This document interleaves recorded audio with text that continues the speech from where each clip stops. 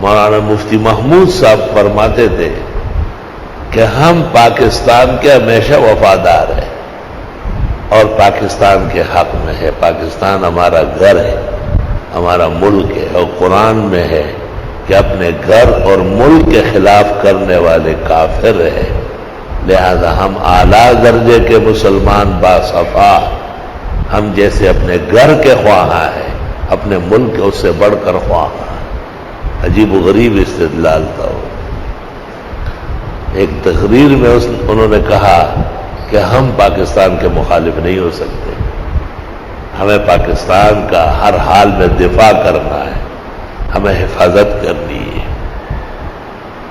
اور یہ آیت پڑھی کہ اللہ نے کفار کے بارے میں کہا یخربون بیوتہم بایدیہم، یہ اپنے ہاتھوں سے اپنے گھروں کو گرا رہے ہیں.